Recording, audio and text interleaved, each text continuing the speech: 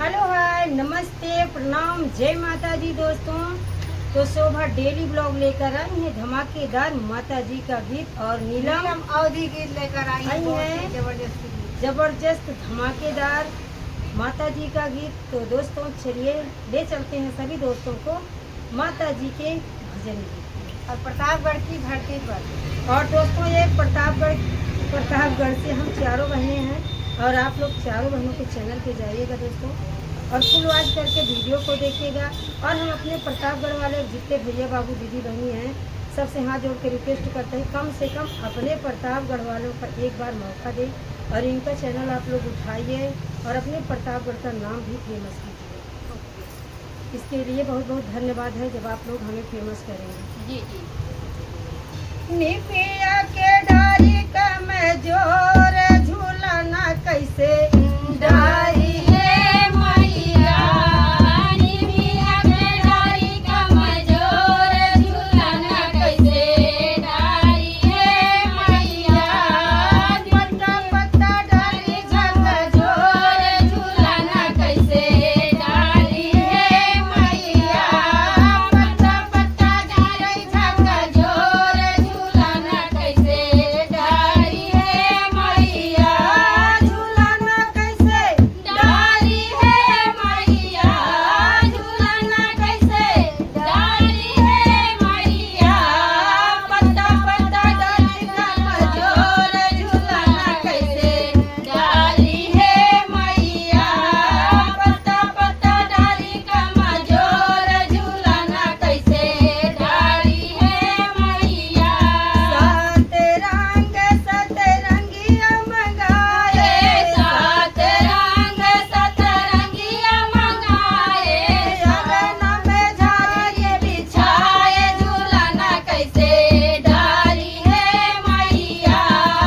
अंगना में झाड़ी बिछाए झूलना कैसे डारी है मैया। पत्ता पत्ता डाली कमजोर झूलना कैसे डारी है मैया।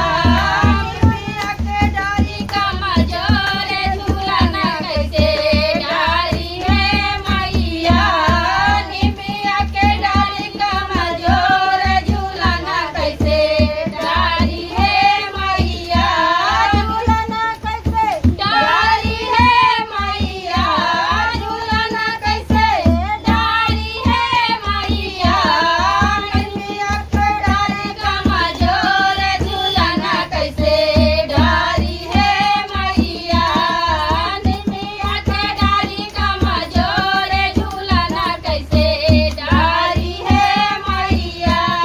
मलिया बेटा होना के लागली दुकनिया। मलिया बेटा होना के लागल दुकनिया। मलिया बेटा होना के लागल दुकनिया। चुनी चुनी गजरा गुछाए चुनी चुनी गजरा गुछाए झूलना कैसे डारी है मैया। चुनी चुनी गजरा गुछाए झूलना कैसे डारी है मैया। पत्ता पत्ता गिरा झोर झूलना कैसे डारी है मैया। पत्ता पत्ता गिरा झका झोर झूलना कैसे डारी है मैया। झूलना कैसे डारी है मैया। झूलना कैसे डारी है मैया। पत्ता पत्ता गिरा झका झोर झूलना कैसे डारी है मैया। अरे निमिया का डारी कमजोर झूलना कैसे डारी है मैया। निमिया के डारी कमजोर झूलना कैसे डारी है मैया। तो दोस्तों बोलिए जोर से जय माता जी। बोलो शेरावाली मैया की जय। वाली मैया की जय।